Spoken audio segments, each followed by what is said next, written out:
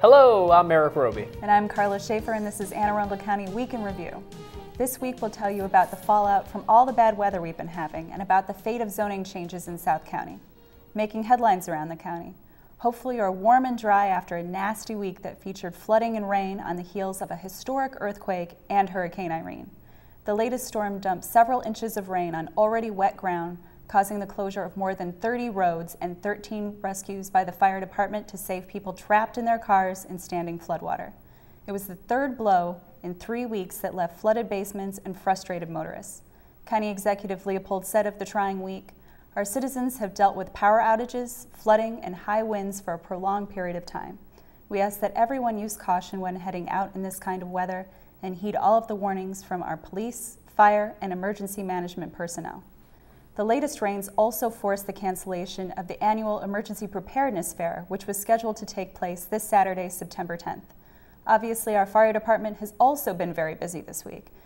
This week, firefighters and paramedics responded to 1,578 calls for service. This included more than 1,162 emergency medical calls and 167 fire calls. Division Chief Michael Cox has more details and some powerful pictures of the storm aftermath. Chief? Thanks, Karla. The torrential rains that we experienced on Wednesday and Thursday, September 7th and 8th, prompted numerous emergency responses throughout the county. During the overnight hours from Wednesday into Thursday, the department responded to more than 12 swiftwater rescue incidents where drivers had become trapped in their cars in standing and moving water. In some cases, the occupants were able to self-extricate themselves.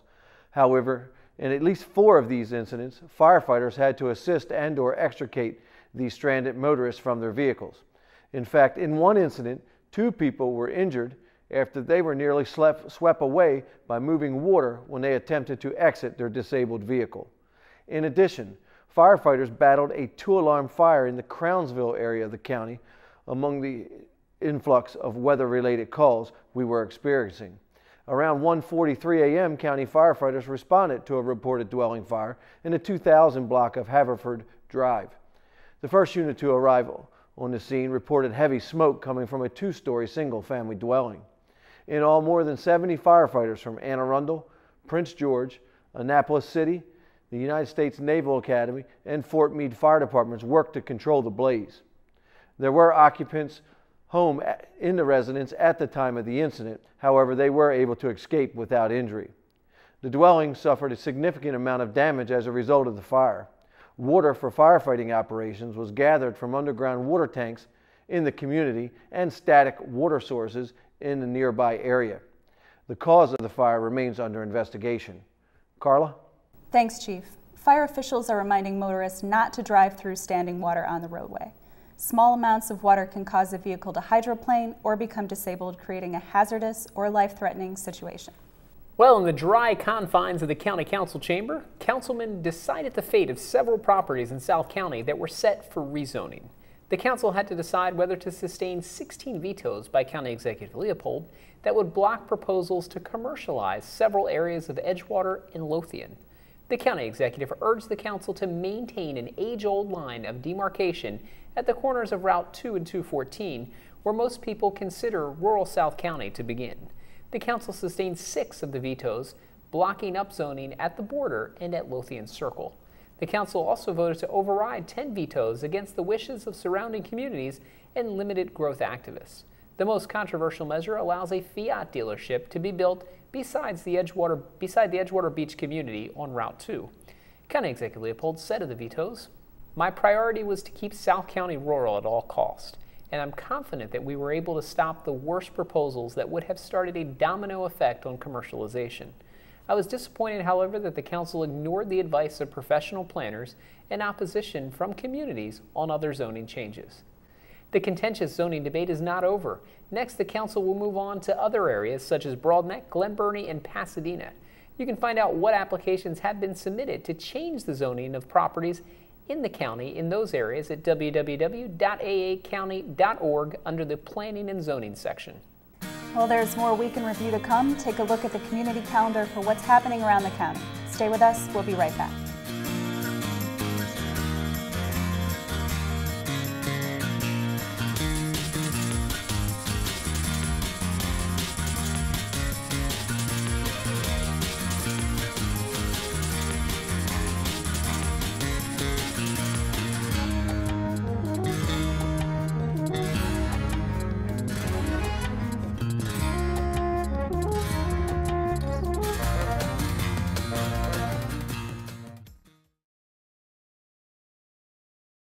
The Department of Aging and Disabilities is going to be putting on a series called The Future Is Now, Are You Ready? It's very popular. They're going to have several workshops, and they're going to be held at both the Arnold and the Pascal Senior Centers in Arnold and in Glen Burnie, respectively.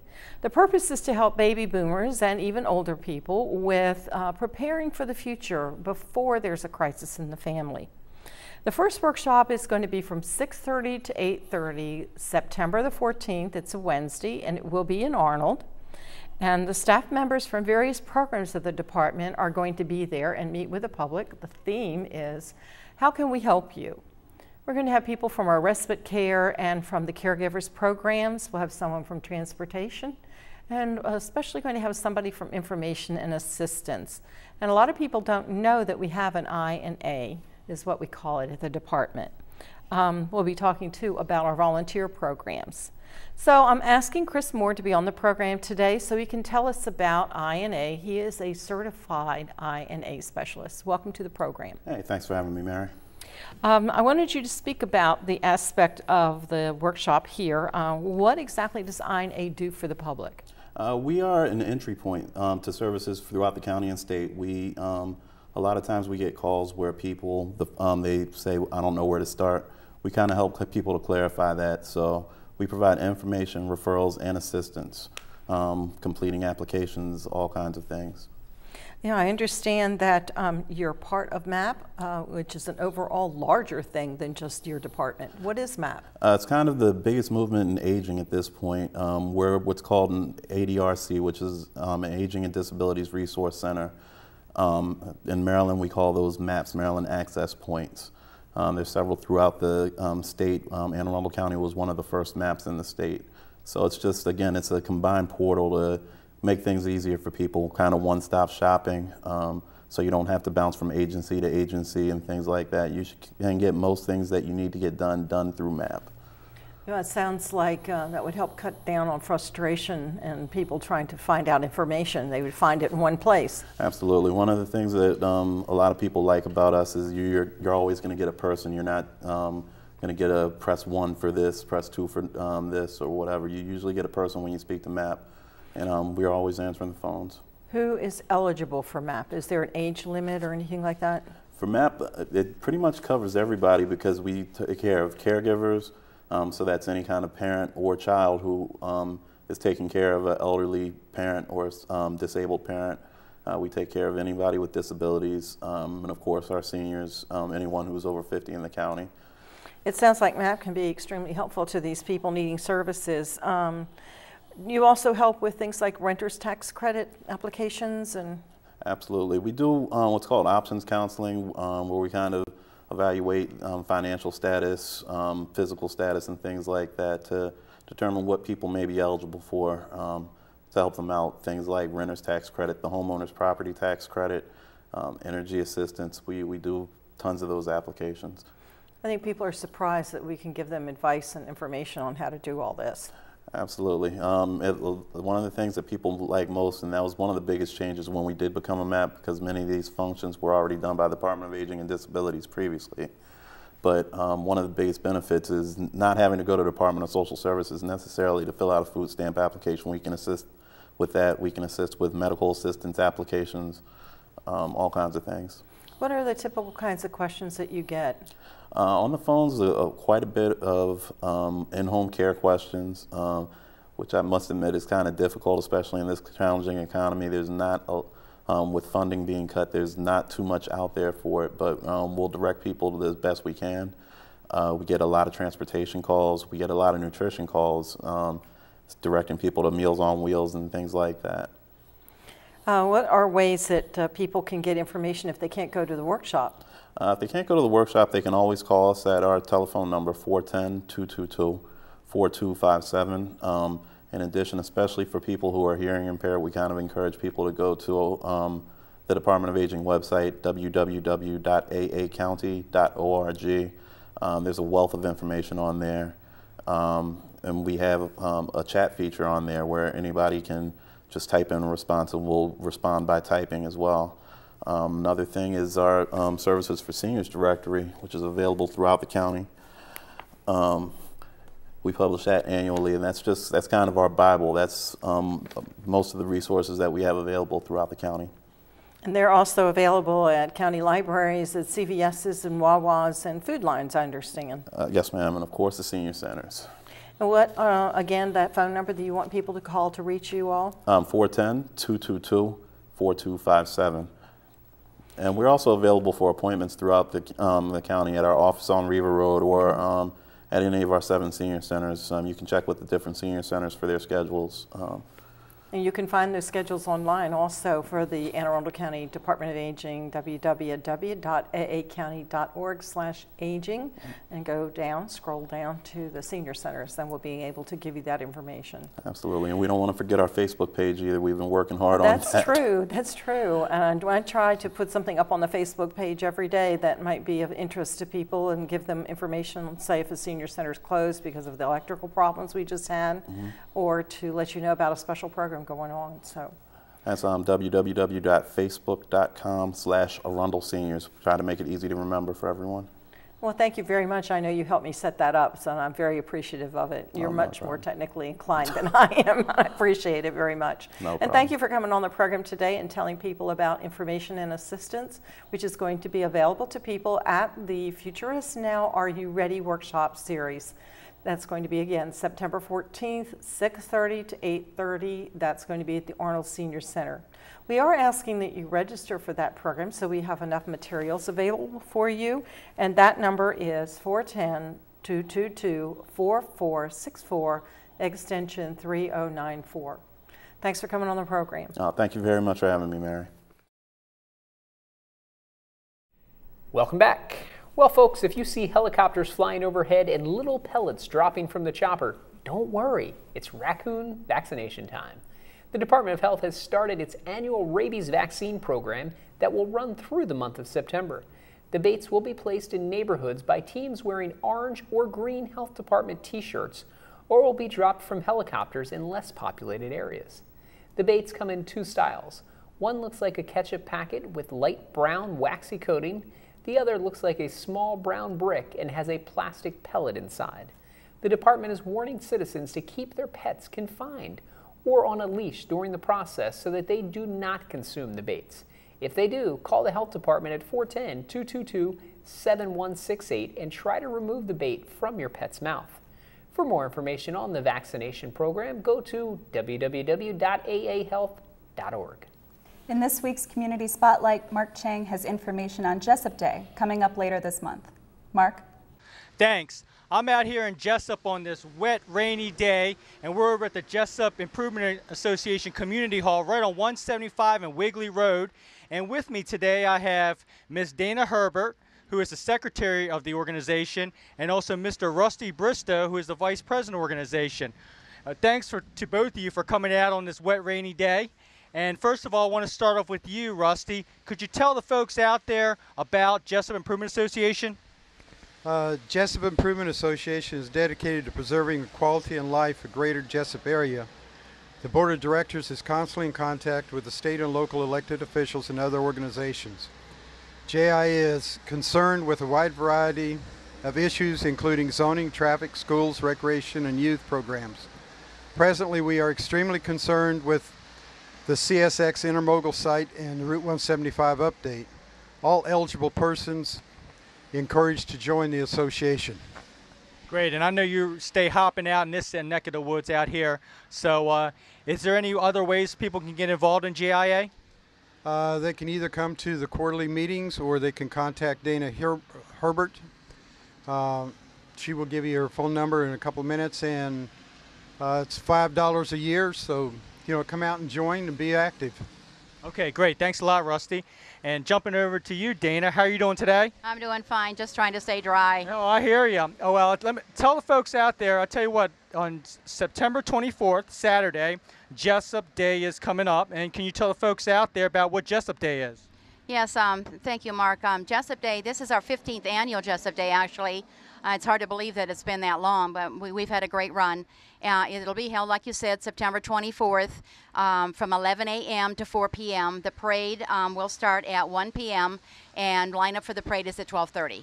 Okay, great. And I understand there's going to be a lot of entries in the parade. Could you tell us about what kind of entries are in thus far? Sure can. First of all, we're going to have a lot of marching bands, hopefully. I think I've got 4, but it's not definite yet. A lot of fire departments plan on being in the parade. Girl Scouts plan on marching. We're going to have our politicians. Some of our politicians will be there. Antique cars, which everybody likes to see the antiques.